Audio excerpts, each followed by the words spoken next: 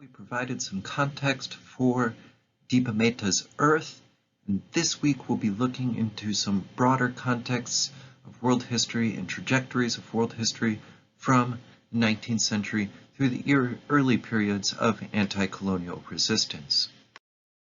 Previously, I mentioned the Indian States Revolt during the Great Rebellion of 1857, which is predominantly led by mostly Muslim leadership in states across the subcontinent, and this time we're going to be contextualizing some of the theoretical underpinnings of those individuals as well as their intellectual traditions.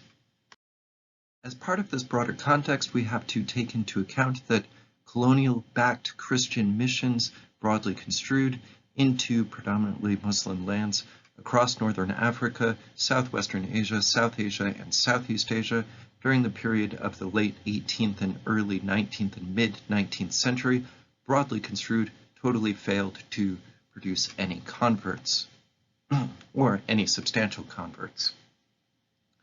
Now, there is a scholar, Wayans, who in 2009 in an influential article argues that Saudi Arabia and Turkey had similar confrontations as predominantly Muslim countries with European colonialism, especially British colonialism, even though they did not come under direct European control.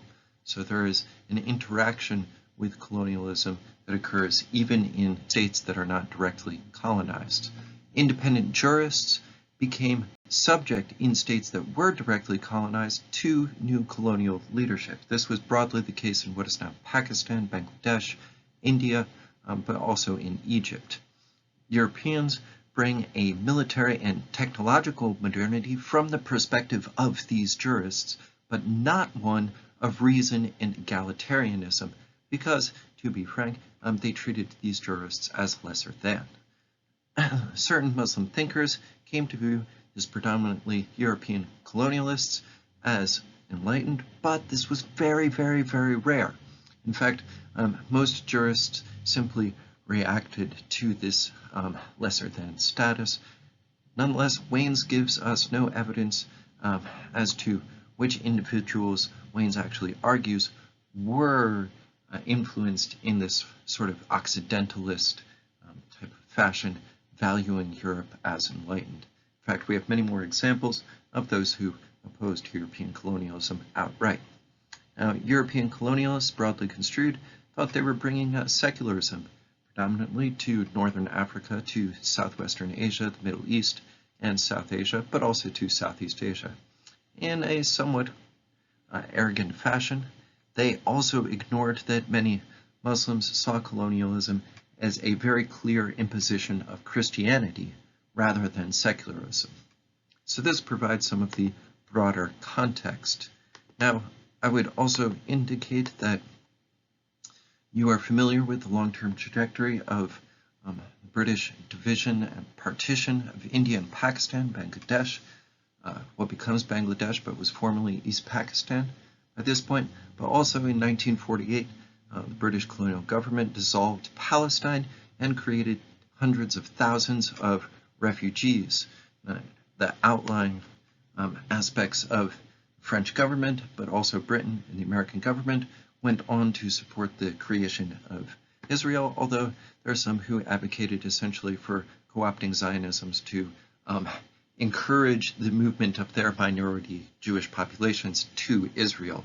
So like right-wing, formerly pro-fascist camps in Britain, for example, encouraged the creation of the State of Israel so that, from their perspective, so that they could force Jewish folks out of Britain. So support of Israel and support of Jews are not one-on-one the same in this historical period. In 1947, the end to British India and the partition of East and West Pakistan also creates a situation where there's up to 2 million dead and hundreds of thousands of lives lost. By the end of the 1950s, beginning of the 1960s, you also have, in the defeat of French Indochina, the Battle of Dien Bien Phu in 1954, and by 1962, the end of the French settler colony in Algeria. So you have a process of colonization and decolonization that is also providing some of the background of the trajectories here. Most historians in the field of Asian studies now reject the so-called previous mythos of a decline of Islam, this idea that there was a rise of Islam in a golden age in 8th, 9th, 10th century Baghdad, and then there was a decline of Islam after that, and then a rise of the West after that. As presented as a contemporary historical narrative, most people in the field of Asian studies, most historians now reject this as just total mythos. Nonetheless, this influences the way of thinking of certain British colonial administrators. The modern period of world history is characterized, broadly construed, by European colonialism and the success thereof in the perspective of those administrators. By contrast, Islamic modernism is sometimes anti-colonial, and we see several examples of Islamic modernists who are also very clearly anti-colonialists, but very rarely anti-European. In the 18th century, for example, in Iran, you have the Akbaris, who deny the ability to use independent reasoning. And you also have another group, the Usalis, who accept it and win the debate. Independent reasoning is just the idea that you can look at the evidence and draw your own conclusions. An influential thinker in these debates would be Shah Wali Allah or Shah Waliullah Dehlawi, who is a 18th century thinker, a Naqshbandi Sufi, and a Shafi'i Sunni from South Asia, who critiqued Hindu influence with worshipping of saints among most Muslims as if that was worshipping of gods. So what he's doing is he's looking at the practice of sort of saint veneration among Muslim populations in South Asia and saying they shouldn't do that anymore. He also critiqued other ascetic practices such as auto-hypnotism. His predominant philosophy was that God was immanent, meaning God is immediate in the world, sort of in everything, present in everything. And he also stated that one should not blindly follow the imitation of any school before him. So he's rather a supporter of independent reasoning, called ijtihad, and was arguing that this independent reasoning was needed to purify Sufism. So he would be classified as a sober Sufi. What does that mean? In this context, it means, well, nobody's drinking alcohol, but some people were drinking alcohol, so no drinking alcohol really this time, and then also no smoking hash. Another thinker, Muhammad ibn Abd al-Wahhab, who is an 18th century figure from the Arabian Peninsula, is a Hanbali Sunni who is quite influential. He also rejected saint veneration and criticized it as saint worship, and he also rejected grave visitation altogether, as, quote, the prayer for the dead could too easily degenerate into the prayer and worship of the dead. His idea, in contrast to Shah Waliullah Dehlawi's, was that God was transcendent. He also rejected blind imitation and was a supporter of this idea of independent reasoning. This is what makes these two figures Islamic modernists, their support of this concept of ijtihad or independent reasoning, rejecting of blind imitation as well, and arguing that no human guide could provide interpretation for a jurist, and jurists must draw their own conclusions based on the evidence. Importantly, Ibn Abd al-Wahhab becomes the influencer of the Saud royal family after 1773. So the later movement of the Wahhabiyya of the Saud royal family is supposedly drawing influence from him, although there have been substantial debates that have actually looked at his texts and argued that later interpretations of the Wahhabiyya movement are not in line with his thinking. Nonetheless, there is a connection there. Broadly construed, Islamic modernism is religious, and within these perspectives of jurists, secularism is viewed as an essentially Christian form of government. Nevertheless, secular Muslims were enfranchised by colonialism to a certain extent as subordinate elites in certain positions, particularly in Southeast Asia, South Asia, and Eastern Africa, where colonialism was stronger and much more direct than in the Arabian Peninsula, with the creation of new legal systems. And there were also educational systems that were formed and hospitals. But this also remained true in southwestern Asia and the Middle East as well. The Muslim ulema themselves frequently split between traditionalists and reformists or modernists during this time, with reformists arguing for reform, gradual reform, and then modernists arguing for independent reasoning. Sometimes those were the same position and sometimes not. Independent reasoning could, of course, lead one to support certain types of tradition. One important school that emerges during the colonial period, Ulum Deoband, which is pictured here in the background and is today a massive university.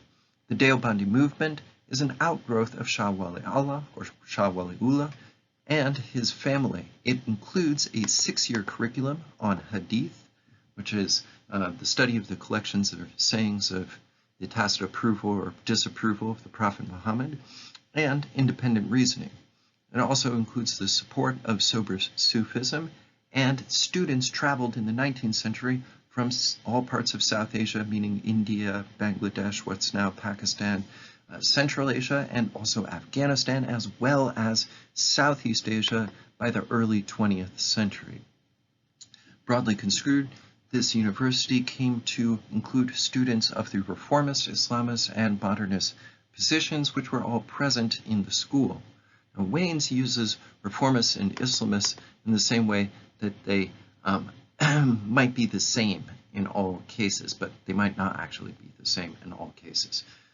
You also have another figure who's quite prominent during the period of the growth of the Ulum Deoband as a university from British Sudan in East Africa, who directly revolted against the British, Muhammad Ahmed ibn Abdallah. Now, he was considered a reformist and a modernist because in his interpretation of Islam, he actually eliminated the Hajj as a requirement, which broadly sort of democratized the appeal of Islam in British Sudan, so led to a sort of spread of Islam for that particular reason. In both of these cases, whether you're talking about sort of popularization or the Ulum Deoband, what you see is a growth of Islam as a religion in the context of British colonialism, sometimes in direct contestation with colonialism, and sometimes sort of niching within the colonial environment to a certain extent. Further exploring the influence of modernists in the 20th century, we have two more very important figures. Muhammad Abduh of Egypt, who is a senior professor of Al-Azhar University, which is pictured here in the background, who basically argues as one of his modernist philosophies that there is an inherent law of cause and effect in the universe.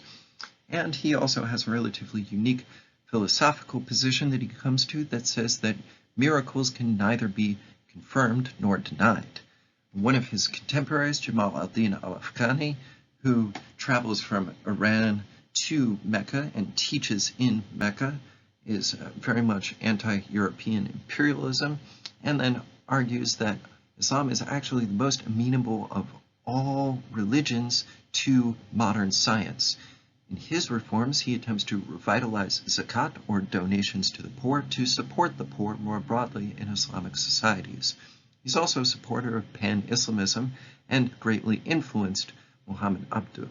And these two individuals are both critical of colonialism. They sought to revive Islamic communities from within. They're pro-intellectual wealth versus material wealth, and they argue that much of the Sunnah and Hadith were relevant for the lifetime of the Prophet, but not necessarily afterward. There needs to be some updating. Therefore, they ought to be interpreted through the lens of modernism. Both individuals, for example, critique polygamy as no longer a relevant modern practice.